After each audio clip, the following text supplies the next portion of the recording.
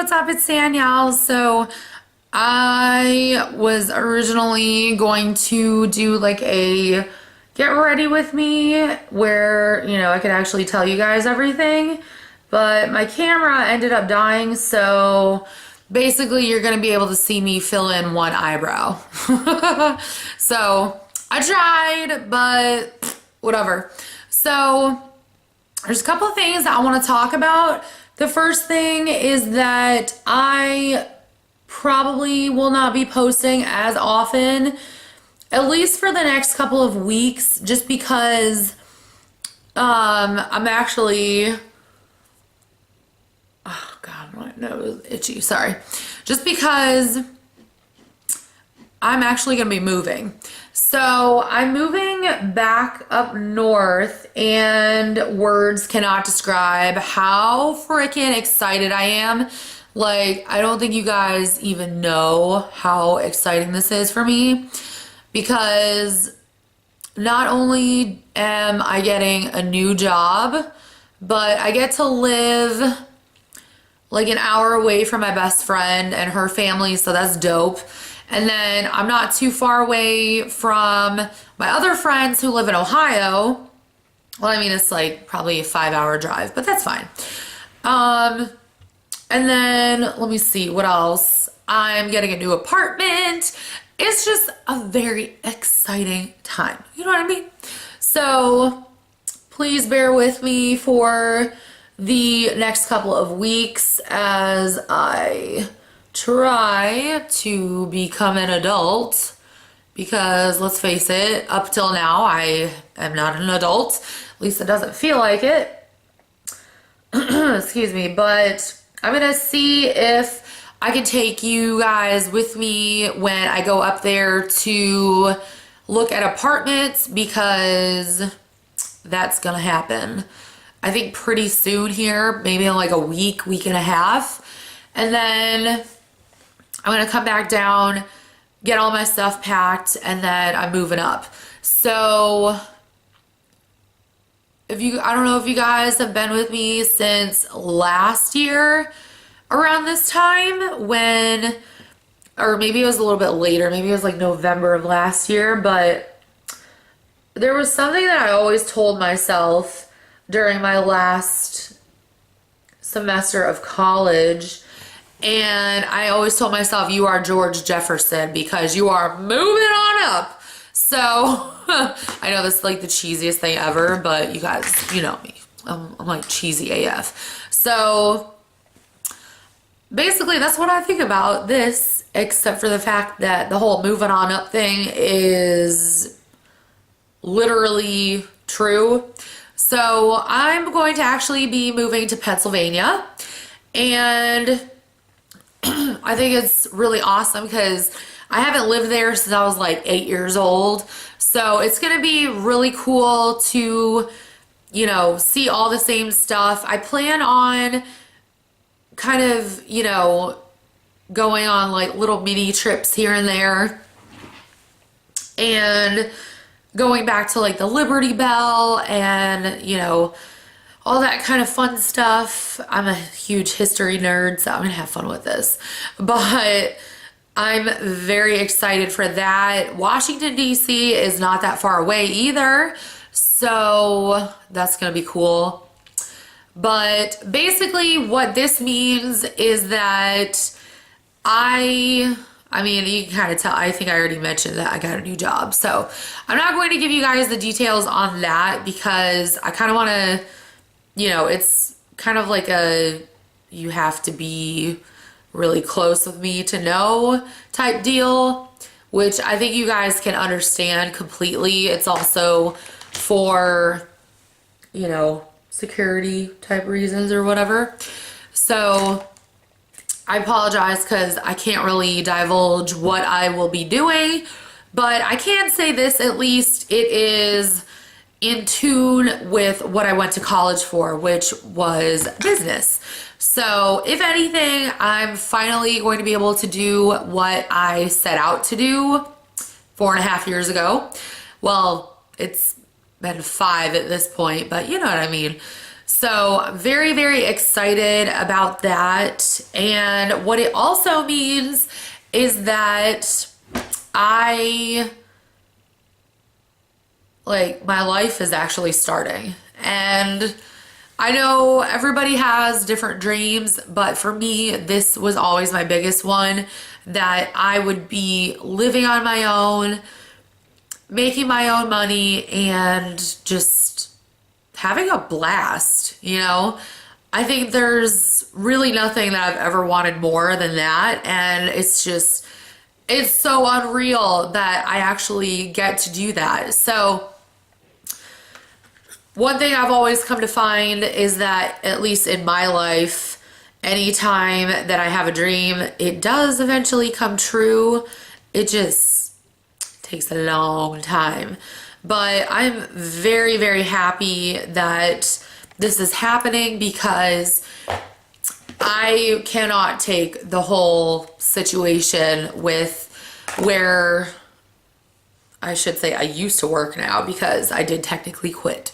So, well, I put in my 2 weeks, but you know what I mean. So, in case you're wondering, it's basically just like last year. I was working at Walgreens again. But this time it was actually different, because I was in the pharmacy more often. So if you guys want to ask me the ins and outs of that, I don't know if I'm allowed to, but I could probably tell you stuff as long as it doesn't violate HIPAA. And yeah, I mean, it was a good experience, and I wouldn't trade it for anything, because I wouldn't be where I am right now. So yeah, it was a good stepping stone, but at the same time, it was one of the biggest pains in my ass. So I don't really know how to feel about it, I guess, but I'm just incredibly excited. So I'm planning on this. It doesn't necessarily mean it's gonna happen, but I'm planning on taking you guys with me and like vlogging when I'm looking at apartments. I'm also planning on vlogging my way up there, because my mom is actually going to come with me just to make sure everything is fine. Or actually, I think, yeah, she's actually going to help me find an apartment, but she's not going to help me get up there, if you get what I mean. So I guess I'm actually going to have to be like a legit grown up this time. And I know some people are probably going to watch this and be like, oh my God, like, your mom helps you with everything. Like, she does. I'll be honest, she does. And that's, I don't know, that's just the kind of mom that I have, I guess. But oh God, I keep fucking this up. There we go. But like I said, I'm planning on taking you guys with me. Obviously, I will be doing apartment tours, and I'm going to legitimately take you guys through my apartment once I have everything organized and blah, blah, blah, you know what I mean? So I'm really excited for that. The one part of this entire experience that I'm not excited for is packing all my shit up, because to me, that's always the worst part. I prefer it after it's packed and I'm actually on my way up there. I don't really like the unpacking process that much either, but it's okay. Okay, so it's actually going to be like a 23-hour drive.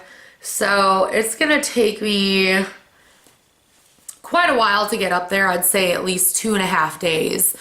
And the drive from Ohio to down here, down to Houston, was about 22 and change. That's not even considering like food breaks or going to the bathroom. So we shall see. We shall see. Normally what I do when I'm traveling by car, like super long distances, is I will cut back on what I'm drinking just so that I don't have to go to the bathroom as often, because there's absolutely nothing I hate more than having to stop like every couple of hours. I think it's fine like if I'm stopping for food or whatever, if it's like an actual meal time, but for the most part, I'm not a fan of that. So I'm thinking what's going to happen is I'm going to be driving up on my own, which I'm okay with. Like, I've made that trip, I think 3 times already, and I've been fine every single time. So I'm not worried. But it's going to be a pain in the ass because I'm a very impatient person when it comes to traveling. And I think it's a lot worse when I'm on a plane versus when I'm driving. Because, when you're driving, you can see everything. You can see, like, the scenery change. You can be like, oh, hey, look, we're in the next state. You know what I mean? When you're flying, it's totally different. All you see is, like, white. All you see is clouds. So, to me, that's a lot more aggravating. But I'm just so excited. I'm also planning on only having a studio apartment, so we're gonna see how this pans out. But that is what I'm planning on. So I'm really just, at this point, I'm kind of wondering, like, how is this gonna work with all of my planner stuff? I know that's a horrible thing to say, but I really do have a lot of planner shit that I have accumulated, especially over the past couple months, because I was under the impression that I was gonna live down here forever. I didn't know I would be moving back up north, so yeah. Also, something that I wanted to share with you guys kind of is just like a random little side nugget. I redid my blonde. My roots were growing out really badly. And let me tell you what a trip that has been. So I went through 4 things of hair dye. And that was my fault because I had 2 boxes of Garnier Fructis, which don't ever use Garnier ever. At least in my opinion. If you're a blonde, do not do that because it made it like really gross and it made it so that I have like a ton of split ends and breakage. It's just not my favorite. So I used those 2 first, and for whatever reason they didn't work on my roots like they normally did. So I had to go back and get another one. So I got L'Oreal Color Preference. Same thing happened, and at the end I was kind of like, I don't know why I expected these to actually dye my roots like quickly. So eventually I broke down. I went to Sally's and I got the, oh God, what's it called? Oh, it's the Beyond the Zone bleaching kit, and that stuff works really, really well. The only downside to me using all that crap on my hair is that it's probably like a nanosecond from actually giving me a bald spot. And also I had, like, it was burning my scalp. So I think I have like some low-key scalp burns right now, at least right here. Or at least I did last night, because when I was washing it out, it was horrible. So I did that. And I also want to mention something about binge eating disorder, because I know I mentioned this last time, but I wanted to kind of give you guys something different. So I'm not pulling this out of my ass. This is actually from a Nova documentary by PBS, and it's actually here on YouTube if you guys are interested. It's called Dying to Be Thin. It's really good, very informative, but they briefly talk about binge eating, and this was kind of when they were delving into the whole bulimia thing, because this documentary basically focuses on anorexia and bulimia. But I thought this was extremely interesting. So basically what happens is when you have normal eating habits, so you eat like a normal person, you don't have any aversions to food, you don't, have any issues with it, you don't use it as a means of control, you just eat normally. Basically what happens, hi Pooh. Basically what happens is that you wanted to say hi, right Bubba? Yeah, you want to say hi? Say hello. But basically what happens is that when you eat something, it goes down your esophagus into your stomach, and eventually what happens is your stomach starts to slowly empty into your small intestine. There is a hormone that is secreted by it's secreted when it comes into contact with food in your small intestine, and it's called CCK, which stands for cholecystokinin. Now, with the cholecystokinin, it is one of the many hormones. I think I read that there's at least over 24, so there's like 24 plus hormones that deal with that kind of thing. And so it's just one of those. But basically, when the food goes it empties slowly into the small intestine, and once the hormone is exposed to the food particles, the molecules, it starts to send your brain a message saying that, hey, I'm getting full, and basically you stop eating. In somebody who has exhibited binge eating or bulimic behaviors for at least a couple years, the same process happens. You eat something, it goes down your esophagus, empties into your stomach, and then your stomach empties it even more slowly into your small intestine. So this is at a slower rate than somebody who eats normally. And basically what happens is less of the cholecystokinin is produced, so you basically keep eating because your brain has not been told, hey, I'm getting full. Like I said, this is something that happens over the course of a couple of years. So basically what I'm trying to say is that you have to be exhibiting bulimic or binge eating behaviors for a very long time before they actually start to do harm. And that's only one part of this whole thing, because there are a lot of other things that, binge eating will do to you. Obviously, it'll make you fat because you're eating just whatever. And that was basically what happened to me. That was, how I got fat this time, which is, I honestly put on the biggest amount of weight. So, just because of my binge eating. And also, I know I mentioned this a couple months ago, but I was actually on the verge of being diabetic. So it is a very, very scary situation. At least that's what it turns into if you let it get, to that point. So I just wanted to let you guys know this, because I know that a lot of people are like, oh, you're a binge eater, yeah.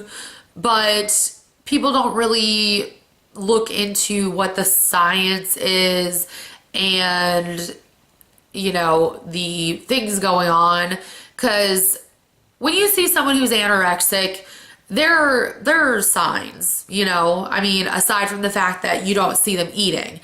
I actually had a lady come in a couple weeks ago, and she was a customer, but she was severely anorexic, and she had really bad gout in her hands. If you guys don't know what gout is, basically it's something where your body produces uric acid, and it's generally associated with people who eat a lot of meat and they don't eat enough vegetables. That's not always the case, because apparently you can get gout really badly if you're anorexic. So she had a ton of buildup of like all these uric acid crystals in her hands, and the best way I can describe it is if you guys have ever seen Hunger Games, the part where Glimmer from, I think she's from, what's it called? She's from the first, what do they call them? First, it's not division, not section. She's, you know what I mean? She's like from the, one of the first two, why can't I think of it? Oh my God. Whatever. So she's one of the, you know, one of like the really, you guys, this is horrible. This is what happens when I don't have coffee. But basically, the girl Glimmer in the Hunger Games who dies from the Tracker Jackers. I apologize. I know, that was horrible. Like, it was the most awkward shit ever. But the girl who dies from the Tracker Jackers in the Hunger Games, the way her hand looks, if you go and you watch that scene, the way her hand looks, that is what this lady's hands, like that's what this lady's hands looked like.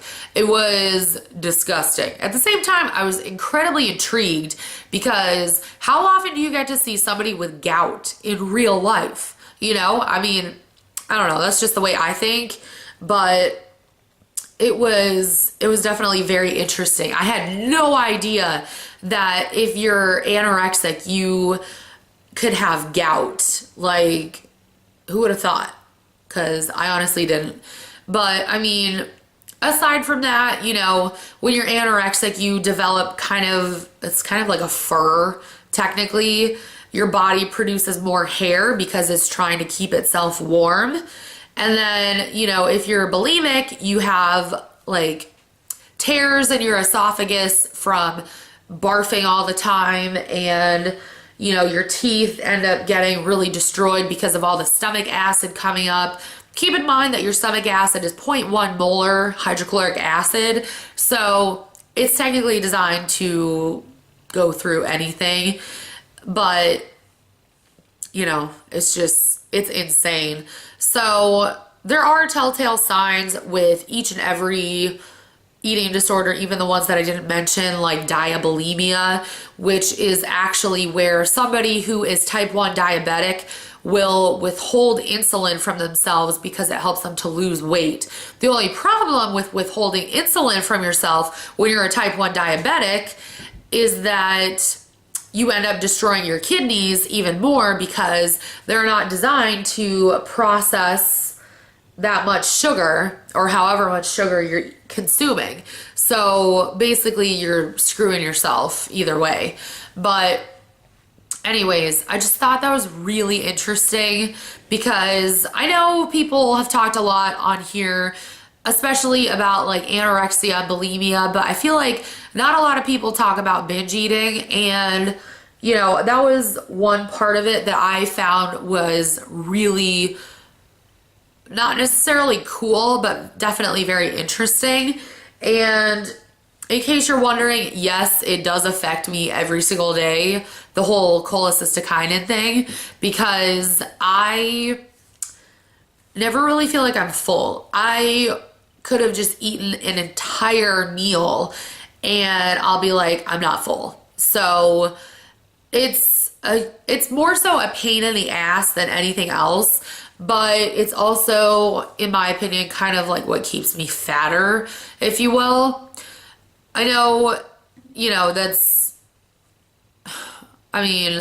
if I'm not eating healthy stuff. But even if you are eating healthy stuff, too much of anything is not good. So just wanted to share that with you guys. But yes, I am moving. I am excited. Yeah, we are doing this. We're cool. Yeah, guys.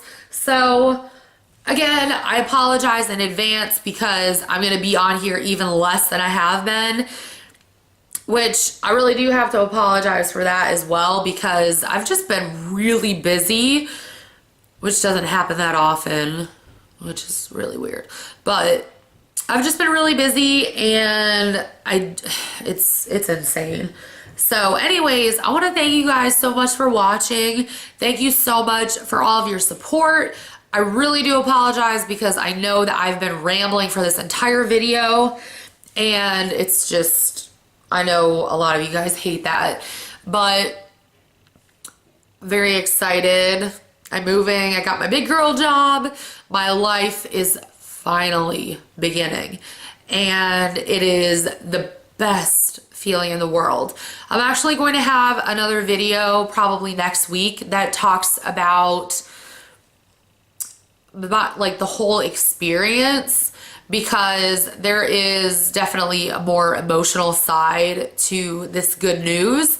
So I'm gonna let you guys know about that next week. But for right now, thank you guys so much for watching. I really appreciate it. I love you all. I hope you're all doing well. And I also hope that you guys have a really great weekend. So I'm gonna see y'all in my next video. Bye guys.